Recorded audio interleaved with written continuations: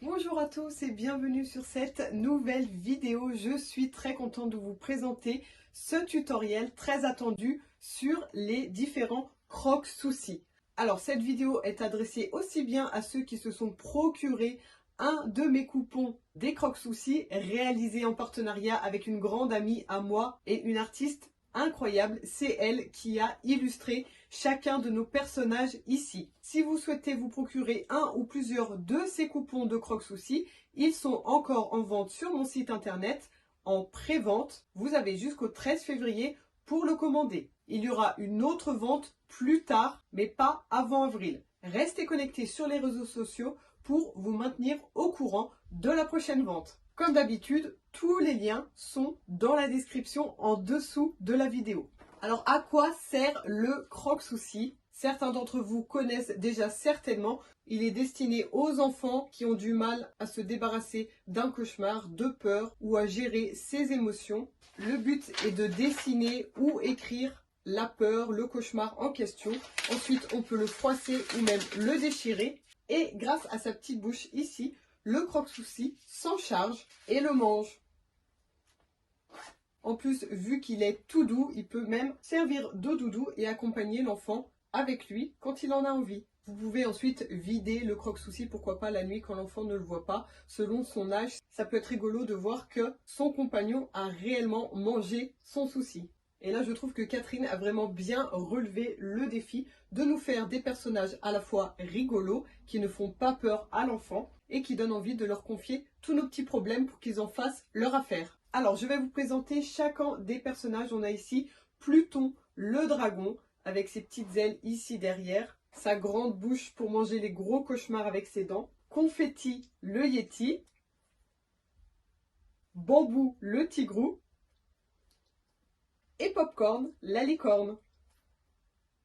Si vous ne souhaitez pas vous procurer les tissus, cette vidéo s'adresse aussi à vous, car je vous mets à disposition gratuitement le patron PDF de la base d'un croque-soucis, c'est-à-dire la partie de la tête ici et le ventre, les bras et les jambes. Ensuite, vous inventerez les oreilles, les ailes, etc. Tout ce que vous voulez mettre sur votre petit personnage. Si vous souhaitez réaliser un tigre, un yéti, un dragon ou une licorne, mais avec vos propres tissus, je mets aussi à disposition à tout petit prix le patron de chacun d'entre eux. Mais bien entendu, vous allez devoir vous-même broder des yeux, des nez, etc. si vous le souhaitez. Encore une fois, tous les liens sont dans la description. Alors je tiens à préciser que j'ai fait des gros efforts sur le filmage. J'ai un peu changé les prises de vue. Alors c'est pas simple parce que je me prends les trépieds dans les jambes. Ça a été relativement difficile pour moi de filmer et de coudre, mais je trouve le résultat au top. J'ai hâte d'avoir vos retours en commentaire sur les prises de vue de cette vidéo. Petit détail sur certains des personnages. Pour ceux qui achètent le coupon, étant donné qu'il y a encore des prototypes, il y aura quelques changements, notamment pour le Yeti qui aura des oreilles un petit peu plus larges ici et sa petite frange qui descendra un peu plus sur le front pour éviter cette coupe au bol. Et là, par rapport à la licorne, on s'est rendu compte qu'elle avait un petit bras à l'envers. Normalement, c'est ce côté ici sur le devant avec les fleurs. Un petit détail super important aussi, si vous procurez vos coupons en velours, donc c'est tout doux, c'est un tissu d'une qualité vraiment incroyable et les couleurs sont magnifiques. Cependant, faites attention lors de la couture. Évitez d'avoir à coudre, découdre, coudre, découdre, car évidemment, lorsque l'on pique sur le velours, ça fait des petites marques. Vu que vous avez le patron dans tous les cas, n'hésitez pas à vous entraîner avant de passer sur votre tissu final.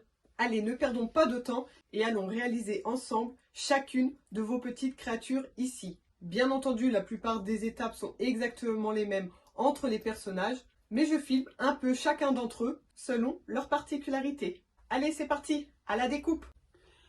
Alors, la toute première étape, quel que soit le croque-soucis que vous avez choisi, il va falloir le découper. Donc, c'est tout simple, on a juste à découper ici sur chaque trait noir, chaque contour. Au niveau des bras, des petites jambes, des ailes si votre modèle en comporte, cornes et oreilles. Pour toutes ces parties ici de petits détails, vous pouvez donc les découper directement comme ceci, étant donné qu'il n'y a rien de doublé au niveau des détails. Donc on a vraiment juste à couper sur le trait. Voilà, alors je ne m'attarde pas là-dessus parce qu'en plus j'ai le trépied qui est vraiment devant moi et qui m'empêche de faire les choses correctement. Donc je fais cette étape pour tout ce qui est oreilles, ailes, pieds et jambes, etc. Au niveau du corps, c'est-à-dire le dos et le devant de votre croque-souci, vous pouvez donc les séparer du reste des parties du corps. Et là, on va prendre sa doublure, donc la doublure qui doit faire voilà, la même taille que le coupon qui vous reste ici. Donc ça peut être une chute de tissu, hein, c'est un petit coupon dont on a besoin. Et on va mettre son tissu ici envers sur envers. Je lui donne un petit coup de fer quand même. Voilà, donc envers sur envers pour pouvoir avoir toujours accès à mes traits ici. J'épingle mes coupons. Et maintenant, je vais pouvoir couper tout autour mon croque-souci en velours et la doublure qui sera à l'intérieur. Si vous n'avez pas le patron prêt à couper, vous faites la même chose dans votre tissu principal et votre doublure en appliquant le patron papier.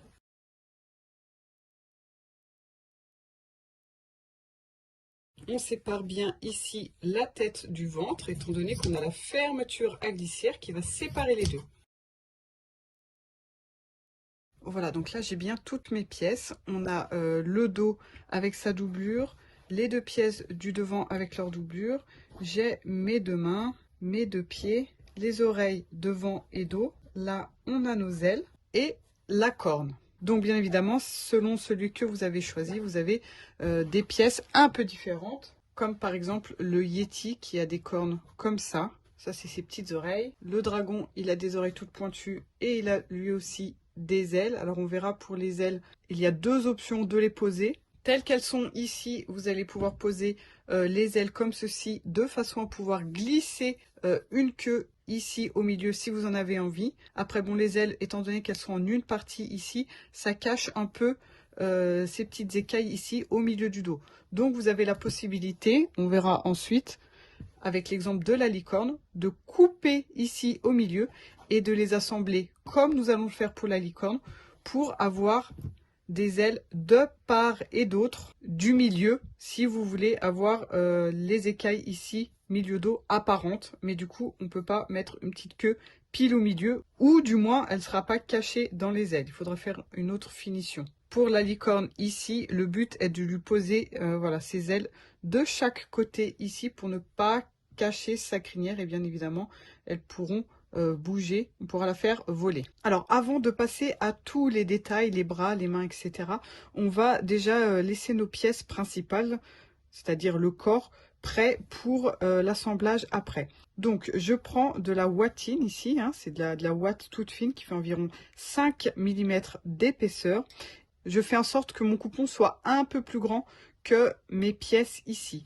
Et là, je vais épingler donc mon dos et mon devant. Alors quand on épingle, on se met le plus près possible du bord ici pour ne pas abîmer l'imprimé, hein, étant donné qu'on est sur du velours. Quand on pique, les petits trous peuvent laisser un peu des marques. Donc voilà, 2-3 épingles, c'est suffisant. Et je vais fixer mes pièces sur la ouate. Alors, c'est optionnel, vous n'êtes pas obligé de faire cette étape, mais ça va permettre de donner au croque-souci un côté un peu plus doudou, parce que du coup, il va être tout moelleux. Donc là, il s'agit juste de faire une couture de maintien tout autour. Donc, je vais piquer ici le plus près possible du bord, au grand maximum à 5 mm du bord, d'accord? Pas trop dedans, sinon c'est un fil qui risque de se voir après assemblage.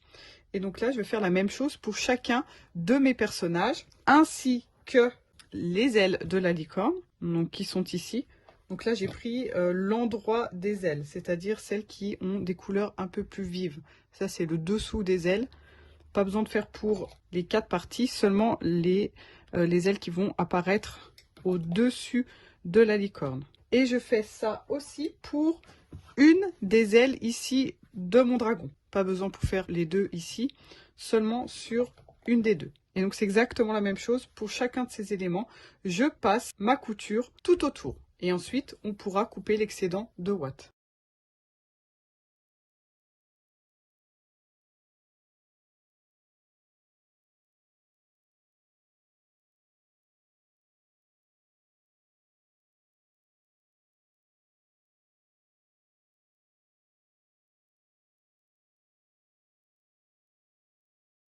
Alors, on va passer maintenant à tous les détails, les oreilles, les pieds, les bras. Pour les oreilles, on prend bien un devant et un dos, hein. On a deux devant, deux dos.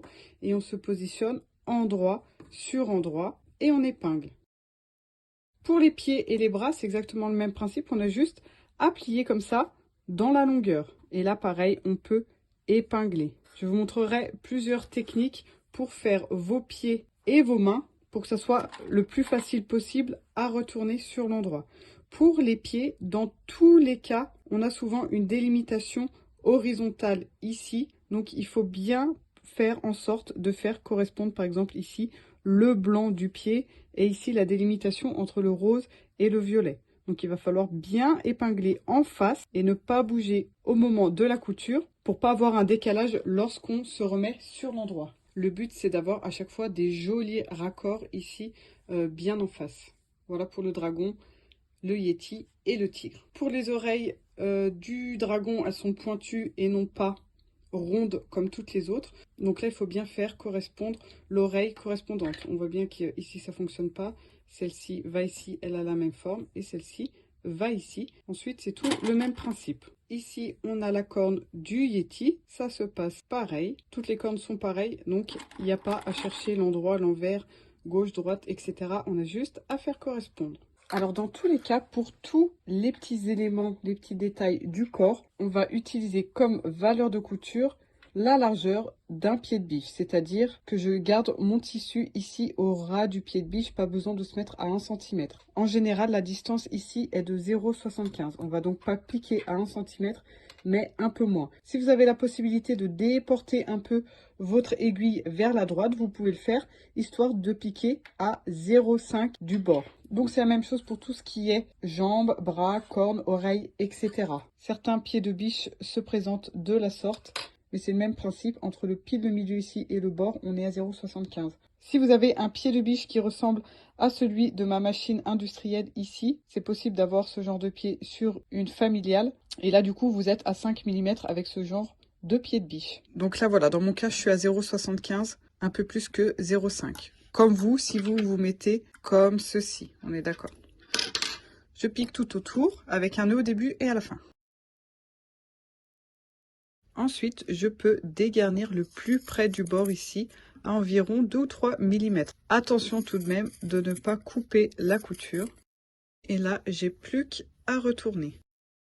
Voilà ma petite oreille de licorne et c'est exactement la même chose pour le dragon. Par contre ici, on a une pointe, tout comme pour la corne ici. Et pour avoir une jolie pointe, voici ce que vous faites. Donc, on pique au bord. Et lorsqu'on arrive au bout, au lieu de tourner et de repartir comme ça en pointe, on fait un point droit et ensuite on tourne. Pour les cornes, attention, il faut bien mettre ici les raccords face à face, hein. On a des raccords importants à respecter pour que ça soit joli visuellement une fois que c'est cousu. Voilà, donc il ne faut pas bouger lorsqu'on coud et se mettre bien en face. Et le même principe que pour l'oreille du dragon. Lorsque j'arrive ici à la pointe, je m'arrête avant, je fais un point droit vers moi et je tourne seulement ensuite. Ensuite, encore une fois, on dégarnit ici au ras. Ici, on a donc un plat. Et c'est ce qui va nous permettre d'avoir une jolie pointe. Et là, donc, on retourne notre corne. Et on peut s'aider de quelque chose d'assez long, mais pas pointu, comme par exemple un crochet ici. Ça peut être aussi un stylo. Et voici ce que ça donne pour la corne. Et voici pour l'oreille. Alors, la corne de la licorne, tout simple. Le devant, c'est le milieu ici de mon cône. Et j'ai juste à le plier pour faire la couture qui se retrouvera dans le dos. Donc bien bord à bord. Je commence ici au bout. Et comme d'habitude, avant d'arriver au bout, on tourne pour réaliser un plat d'un ou deux points. Et c'est là qu'on fait notre nœud avec des allers-retours. On dégarnit. Et on la tourne. Et voici notre corne. Donc là, en fait, c'est le côté, on est d'accord, une fois qu'elle sera rempli de watts. Ça, c'est le dos. Et le devant ressemble à ça. Alors, pour les mains comme pour les jambes, c'est le même principe. Une fois qu'on l'a plié en deux, on commence ici dans la pliure. Et on fait bien un nœud. L'aiguille plantée, je lève le pied de biche pour retourner l'ouvrage. Alors là, on peut choisir d'aller jusqu'au bout, mais ça complique un peu l'étape pour retourner toute la main. Après, je vous montrerai d'autres techniques qui permettent de retourner plus facilement. Dans tous les cas, on doit dégarnir ici, surtout au niveau du doigt ici en haut et de la main. Ici, il faut bien cranter en direction de la couture ici, sans la couper. Et là, on doit retourner notre main. Après, vu que c'est assez étroit, et vous verrez que la jambe l'est encore un peu, ça peut prendre un peu de temps pour tout retourner. Mais c'est faisable, à vous de choisir votre technique. Une fois qu'on a retourné un petit peu, on peut s'aider de quelque chose d'assez fin, mais pas pointu, pour retourner. Et là, on peut faire sortir le doigt. Voici une première option. Ici, c'est important vraiment de cranter lorsqu'on est sur l'envers pour éviter que ça fasse des petits plis à cet endroit-là. Deuxième technique. Alors là, j'ai fait tout comme tout à l'heure, sauf que au lieu d'aller jusqu'au bout, je m'arrête ici et je sors. Comme tout à l'heure, je crante, mais je laisse la valeur de couture du coup ici, là où c'est pas cousu. Je commence ici par exemple et je crante tout autour comme tout à l'heure. Et là, je peux déjà retourner cette partie. C'est bien plus simple de retourner à cette étape parce qu'on n'a pas un long tube déjà fermé. Pareil, je pousse un peu ici avec mon crochet. Une fois que ça c'est fait, je remets ma petite main à l'intérieur. Je fais en sorte qu'elle soit bien calée ici sur la gauche pour pas que ça me dérange. Et je continue à piquer ici à droite. Donc là, ma main est déjà à l'intérieur. Je pique là où je m'étais arrêtée tout à l'heure. Et je continue. Et encore une fois, où je vais tout au bout déjà. Et on retourne tout après. Comme ceci. Le travail est déjà à moitié fait ici puisque c'est déjà bien à l'intérieur. Voilà, j'obtiens le même résultat au final, mais c'est un peu plus rapide selon moi. Et dernière technique, on va la faire avec le pied ici. Je rappelle ici que pour les jambes, il y a des délimitations entre les couleurs. Donc on fait des jolis raccords et on épingle bien. Même principe, ici je couds au bord, comme ceci, comme pour les bras. Et je vais m'arrêter ici, comme pour la deuxième option du bras. J'obtiens ça, je dégarnis comme tout à l'heure, seulement là où j'ai déjà cousu. Donc pour le pied, c'est pareil, on crante bien ici dans l'angle, pour pas que ça fasse un pli au niveau de sa cheville. Je retourne comme tout à l'heure, juste sur la petite partie ici. Vu que la jambe est quand même plus étroite encore que le bras, je préfère faire comme ça, ça m'évite de mettre trop longtemps à tout retourner à la fin. Et comme tout à l'heure, je vais reprendre ma piqûre là où je me suis arrêtée. Je vais piquer un petit peu et tirer ici sur le pied pour le faire ressortir. Au fur et à mesure que j'avance, je tire ici et le pied sera déjà tout retourné à la fin de ma couture. Voilà, donc je reprends ici, hein, je me suis arrêtée là. Je peux refaire un petit nœud. J'ouvre là et je tire un petit peu sur ma jambe. Elle vient jusque là. Le bout de mon pied arrive ici. J'avance encore. J'arrive en face. Je tire dessus. Et je continue. Alors attention de respecter les raccords. Mon pied est déjà sorti ici tout au bout. Donc là, je peux continuer jusqu'à la fin. Et vu qu'il est déjà prêt à sortir ici, j'ai plus qu'à tirer dessus. Et il est déjà tout prêt. Donc là, c'est à vous de choisir entre les trois techniques. Alors pour les ailes de la licorne, là, je n'ai pas encore découpé la ouate. Je souhaitais faire un essai en épinglant d'abord l'envers de mes ailes ici. C'est quand même plus petit que les ailes du dragon. Vous pouvez faire d'ailleurs pareil pour les ailes du dragon. Ça fait deux techniques différentes. Et là, donc, je vais coudre dans un premier temps mes ailes endroit sur endroit à 5 mm ou 7 mm et demi, comme on le fait d'habitude avec le pied de biche. Attention de bien laisser une ouverture ici, dans la partie droite de l'aile. Ça sera plus simple à refermer ensuite que dans une courbe. Et ensuite, on coupera la ouate tout autour.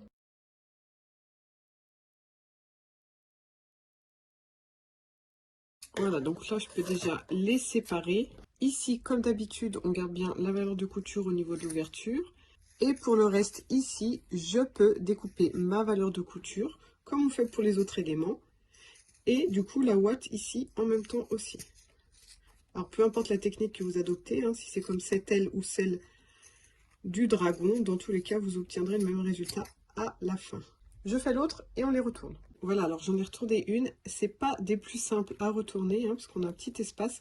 On sort d'abord la partie un peu bossue ici, et ensuite, c'est plus simple de sortir le reste.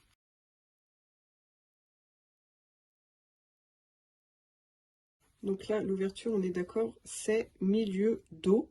Et on va pouvoir les coudre de part et d'autre de la crinière de la licorne. Donc là où on peut refermer dans un premier temps et ensuite les poser ici et repiquer dessus, ou alors on pique directement dessus, ça évite d'avoir deux piqûres. Donc bien centré de part et d'autre de la crinière. Alors veillez à bien mettre l'autre vraiment en face. On va parler un peu des ailes du dragon. Alors les ailes du dragon, on épingle endroit sur endroit comme d'habitude. Je vous conseille de piquer plutôt du côté où il n'y a pas la ouate, c'est toujours plus simple. Et on laisse bien une ouverture là où il y a le plat, donc sur le haut des ailes, comme ici moi entre mes deux pinces.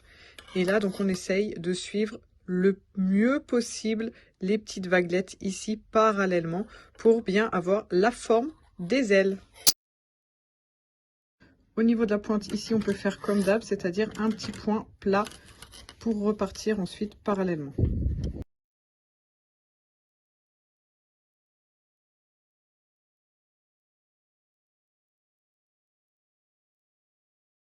Toujours pareil, on dégarnit, mais attention de ne pas dégarnir là où il y a l'ouverture. On laisse la valeur de couture entière.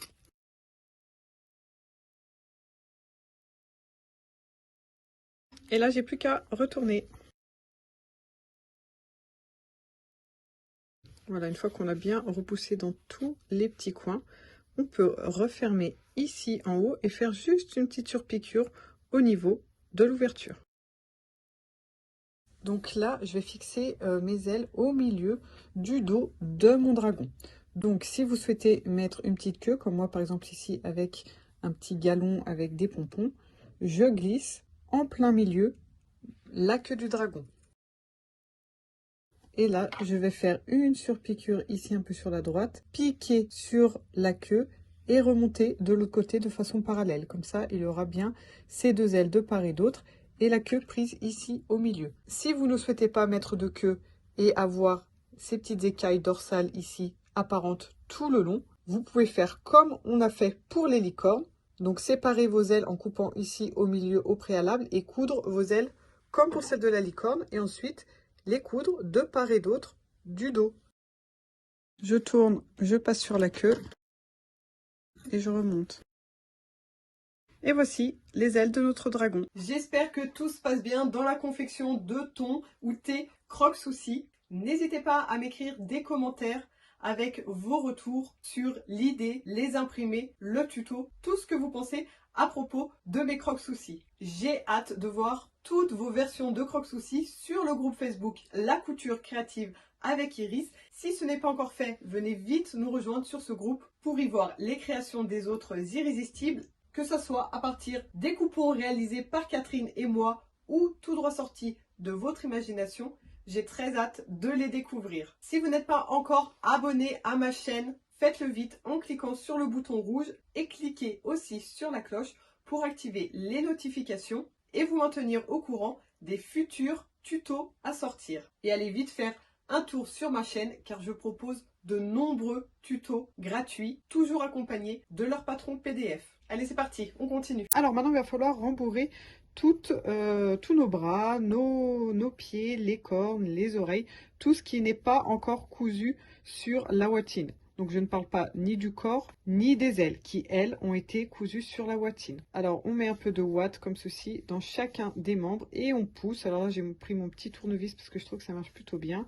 Après je finalise avec le crochet pour atteindre les endroits les plus fins, comme par exemple ici la corne, ou alors le doigt ici au niveau de la main, le pouce. Donc ça prend un petit peu de temps, hein, surtout si vous en avez 4 à faire comme moi. Alors après, c'est le moment de méditer un petit peu ou d'écouter de la musique en même temps. Et c'est plutôt amusant à faire que de voir tous les membres prendre forme. Alors pas la peine d'en mettre des tonnes non plus, surtout pour les oreilles et pour les cornes. Le but c'est que on ait un petit peu de volume. Mais si vous mettez trop de watts, ça fait trop de volume. Et après, c'est difficile à coudre sur le corps. Voilà, c'est juste pour donner un peu de volume à l'intérieur. Vous voyez ici, il faudra bien pousser à l'intérieur pour pouvoir avoir la valeur de couture ici libre et plate pour coudre sur le corps. Donc vous voyez que c'est pas non plus énorme ici au niveau des oreilles ni des cornes comme je l'ai fait ici. Alors je vais vous laisser, je vais faire ça tranquillement, tout rembourrer et je vous retrouve après. Alors là, on va pouvoir poser la bouche, c'est-à-dire la fermeture à glissière ici entre les deux pièces du devant. Donc on a besoin de nos 2 pièces du devant et nos 2 doublures qui correspondent à la tête et au ventre ici aussi. Dans un premier temps, on s'occupe du tissu extérieur. Alors là, j'ai déjà posé la fermeture à glissière en bas et je vais vous expliquer comment on fait avec la partie du haut, sachant que c'est exactement la même chose en bas et en haut. Dans tous les cas, lorsqu'on a posé une des 2 parties, la tête ou le corps, quand on vient poser la deuxième partie, il faut bien se mettre en face ici et non pas avec un petit décalage comme ceci ou comme cela. Sinon, du coup, on n'aura pas le visage en face du ventre. On risque de se retrouver comme ça ou comme ça. Donc, on prend bien garde à ça et à se mettre en face ici. Et j'ai procédé exactement de cette même façon pour le ventre. C'est-à-dire que je fixe ma fermeture à glissière, donc endroit sur endroit. La petite partie métallique ici arrive 1 cm avant la fin de mon tissu. C'est donc une fermeture à glissière de 18 cm et la partie métallique se trouve ici, étant donné qu'on va piquer là ensuite. Et là, avec son pied de biche spécial fermeture à glissière, on va pouvoir se mettre bord à bord ici et l'aiguille qui se trouve dans le trou ici va piquer au bord des rails de la sorte tout le long de façon bien régulière et parallèle. On fait bien un nœud au début ici et un nœud à la fin ici. Attention, quand on arrive au curseur ici, avec l'aiguille bien enfoncée, on lève le pied de biche pour pouvoir ouvrir le curseur. On redescend et on continue jusqu'au bout. Toujours notre fermeture éclair, bien bord à bord avec le tissu. Donc là, on ferme la fermeture pour vérifier que tout se passe bien et qu'on soit bien en face, ce qui est le cas. Et on peut prendre sa doublure. Donc là, au niveau de la doublure, on est d'accord, on veut qu'elle soit comme ceci. Donc je me mets bien endroit sur endroit par rapport à mon tissu principal. Comme ça, une fois que je couds ici, j'aurai cette finition à l'intérieur. On épingle bien comme tout à l'heure. Je me mets à l'endroit où j'ai déjà réalisé une piqûre. Comme ça, je vais pouvoir repiquer par-dessus la même piqûre. Par contre, attention, quand on pique la doublure ici, on ne commence pas du début jusqu'à la fin ici. On va commencer à 1 cm du bord, bien avec un nœud ici. On coud sur la même couture et on s'arrête à 1 cm du bord, juste ici, à la fin de ma deuxième épingle. Si vous cousez tout, vous allez être obligé de faire ensuite une finition avec du biais. Ici, on évite le biais et on aura une finition vraiment parfaite à l'intérieur. Donc là, je suis bien 1 cm à l'intérieur par rapport au début. Je fais un nœud et je pique tout le long sur la même piqûre. Quand je sens le curseur, je remonte.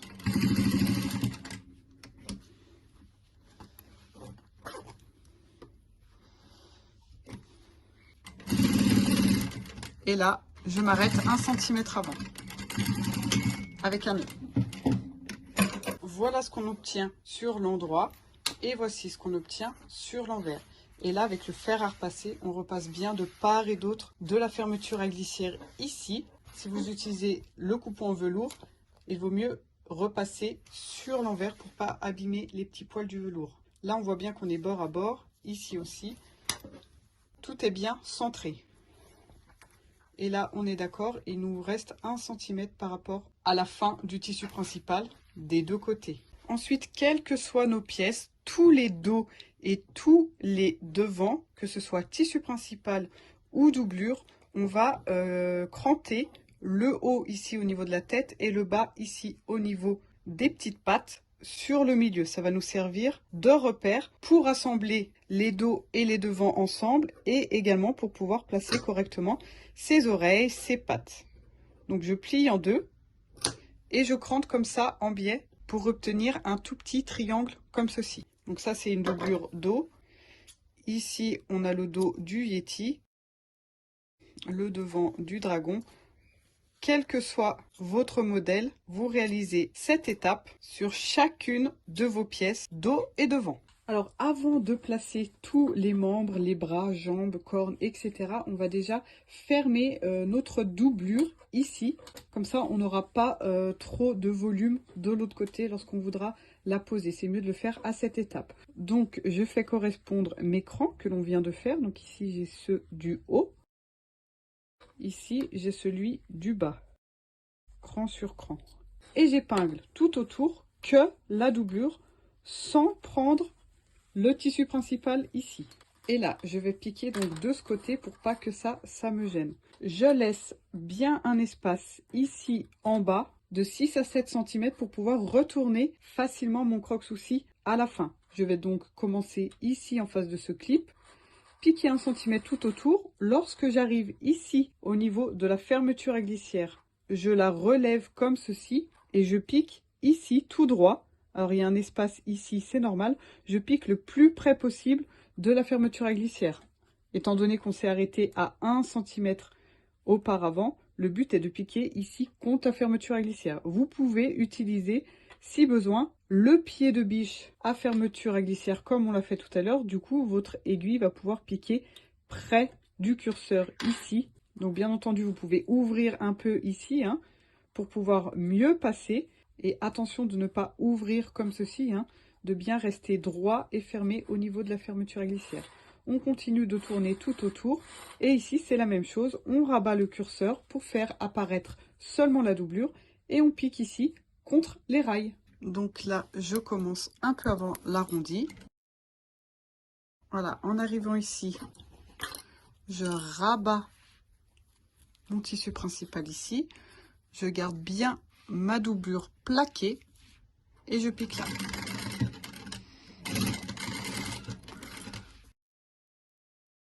Pareil ici. Vous voyez qu'avec un pied de biche à fermeture, on peut passer tout près des rails. L'arrondi et je m'arrête après. J'obtiens donc bien ma doublure toute piquée, fermée ici, sans avoir pris la partie extérieure. Et là, du coup, si on ouvre la bouche, tout est déjà bien fermé ici, dedans. Donc, c'est exactement la même chose pour tous les personnages. Et maintenant, on va pouvoir placer nos éléments, les bras, les jambes, les oreilles et cornes, s'il y en a. Alors là, il n'y a pas vraiment de règles pour les emplacements des bras, des jambes. Vous pouvez avoir envie de les poser pas à la même hauteur, plus ou moins haut. Voilà comment moi je procède. Donc là, on ne s'occupe pas de la doublure, d'accord? On pique que sur le tissu principal. Ici, par rapport à mon milieu devant, je positionne mon pied. Donc le pied, ici, c'est les orteils. Il ne se retrouve non pas comme ceci, sinon il va avoir le talon à l'envers, on est d'accord? On le positionne bien comme ceci, avec le talon vers nous et la pointe des pieds vers le Yeti. Je positionne mon pied, alors avec la couture ici aplatie, pour qu'on ait bien son pied devant. Après, rien ne vous empêche de le positionner comme ça. Il pourrait avoir des petits pieds qui se regardent, des petits pieds qui rentrent. Ça peut être rigolo aussi, vraiment, c'est à vous de voir. Ou les pieds à l'extérieur, pourquoi pas. On a plusieurs options, comme ceci, comme cela ou comme cela. Donc, dans mon cas, j'aplatis ici pour avoir la couture devant, en face ici. Et je me positionne à 1,5 cm ici par rapport à mon cran du milieu.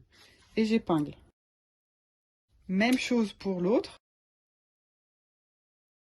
Et là, on a juste à faire une piqûre au bord pour les maintenir fixés. Pour les bras, on a le pouce en haut et non pas comme ceci en bas. Donc cette main vient de ce côté.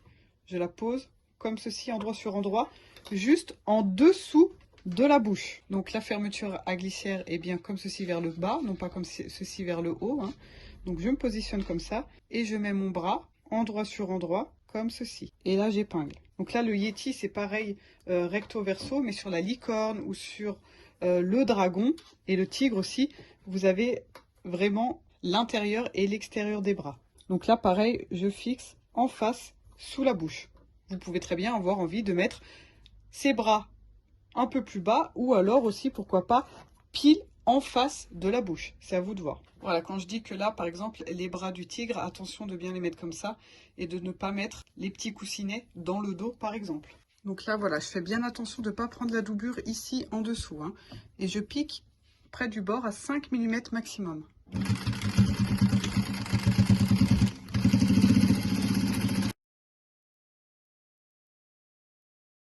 Alors voilà ce que ça donne ici, on a bien tous les membres cousus. Voilà ses petites jambes, les bras. Et on est d'accord, la doublure est là. Donc maintenant je vais la positionner ici parce que je m'occupe du haut. Donc là la doublure du haut, je la positionne vers le bas pour être sûr de ne pas la prendre. On a notre cran du milieu qui correspond au milieu de la tête. Là pareil, c'est à vous de voir à quel endroit vous allez vouloir mettre vos cornes.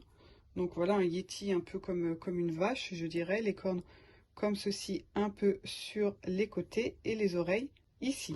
Bon, les oreilles vont être un peu agrandies par rapport au prototype. Donc calculez bien la distance que vous avez du milieu jusqu'à votre corne pour avoir la même chose en face. Et on peut se dire qu'on colle les oreilles juste en dessous. Alors là, on a 5 cm. Ce qu'on peut faire, c'est un petit cran à l'endroit où on veut mettre sa corne.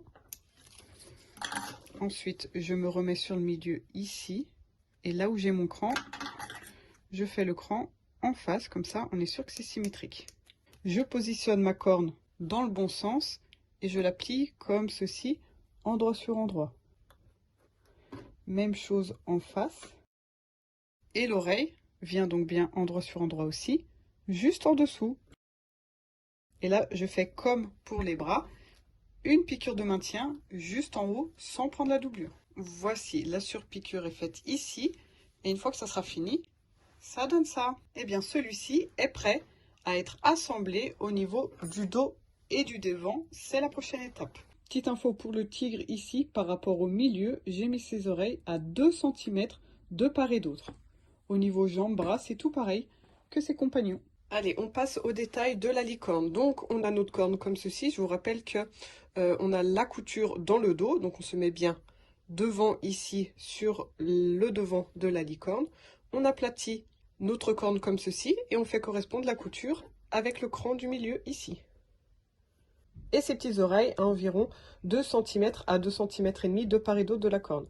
Et on met bien, pareil, le devant ici face à son visage. Pour Pluton, alors moi j'avais mis ses oreilles dans le tout premier prototype à 3 cm. Alors les oreilles ont un sens, hein, vous voyez que comme ça elles partent un peu vers le bas. Si vous échangez, elles partent un peu vers le dos, ça lui donne un petit côté un peu plus diable, un peu plus corne. À vous de voir. Moi je vais les mettre comme ceci, la pointe un peu courbée vers le bas et à 3 cm. C'est ce que j'avais fait pour le tout premier prototype ici. Donc 3 cm. On rentre bien la ouate dedans, hein, comme ceci. Et là, pareil, en face.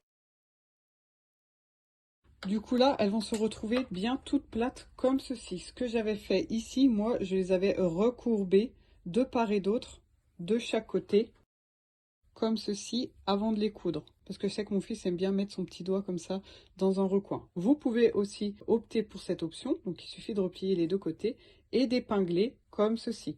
Attention, c'est un peu plus difficile à coudre et il ne faut pas trop replier de cette façon. Parce que si vous repliez trop à l'intérieur et que vous piquez ici, vous avez le bout ici qui ne sera pas pris dans la couture. Donc là, il faut être très minutieux et faire la chose vraiment correctement. L'idéal est de recourber comme ceci et déjà faire une petite surpiqûre ici pour fixer l'oreille avant de la mettre là. Ici, je vais faire la méthode classique, comme ça vous pourrez voir entre les deux dragons vos oreilles préférées. Voilà ce que ça donne au niveau des oreilles comparé à l'autre ici. Et maintenant, je vais vous montrer l'étape finale ici sur le modèle du dragon. Donc, on a sa doublure bien ouverte de part et d'autre ici. Et là, on va ouvrir la bouche et faire glisser les mains et les jambes ici à l'intérieur pour qu'elles ne nous gênent pas. Ça prend vraiment de la place. Au moins, là, elles sont bien rangées. Alors, le but, c'est qu'on n'ait plus rien ici à l'extérieur. Il faut qu'on soit plat à ces niveaux-là. Pareil ici pour la queue, il faut bien faire en sorte qu'elle soit rangée à l'intérieur. Et là, je vais tout refermer comme un sandwich, comme ceci. Je fais correspondre mes crans du haut ici. Alors là, je vais mettre des grosses pinces parce qu'on a pas mal d'épaisseur. Je fais correspondre de l'autre côté. Attention, encore une fois, on ne prend pas la doublure en même temps. Il faut qu'elle soit bien indépendante. Donc, cran sur cran ici. Donc là, ma pâte, il ne faut pas qu'elle fasse de plis, qu'elle soit bien plate sur 1 cm pour pas que ça fasse des plis à l'endroit où je coupe. Au niveau du bras, ici, c'est pareil. On épingle bien tout autour. Le curseur doit rester ouvert à l'intérieur, mais là, il est vraiment dans ma valeur de couture, donc je le pousse un petit peu. Alors là, attention, si on a l'impression d'avoir un surplus, c'est juste parce que il faut bien que ma fermeture à glissière ici soit face à face, fermée. Comme ceci. Et là, un peu comme tout à l'heure, lorsqu'on a piqué la doublure, on va piquer seulement le tissu principal avec tous nos éléments à l'intérieur. Donc, il y a pas mal d'épaisseur. Et là, comme tout à l'heure, on ouvre la doublure pour pouvoir piquer seulement le tissu principal. Voilà, donc là, j'ai remis le pied de biche à fermeture à glissière pour bien pouvoir passer ici le plus près possible de la doublure. Donc, je vérifie que je suis bien cran sur cran ici. Et là, pas besoin de laisser d'ouverture. On pique tout autour puisqu'on a laissé l'ouverture sur la doublure. C'est parti, on fait bien des nœuds. Ici, je vérifie que mon bras soit bien plat, qu'il n'y ait pas de plis qui se forment. Ici, on est bien bord à bord. Je passe sur la fermeture à glissière et attention, je ne prends pas la doublure ici. Ici, j'ai l'oreille qui a tendance à tirer un peu vers l'intérieur, donc je la remets bien en place. Je suis bien bord à bord ici dans ma courbe. On continue. J'arrive sur le haut. Je suis bien cran sur cran. Ici, ça n'a pas bougé. L'autre oreille. Je tire un peu dessus. J'aligne les bords. Alors là, j'arrive à l'endroit où c'est un peu délicat parce qu'il faut bien que ma fermeture soit face à face ici, bien fermée.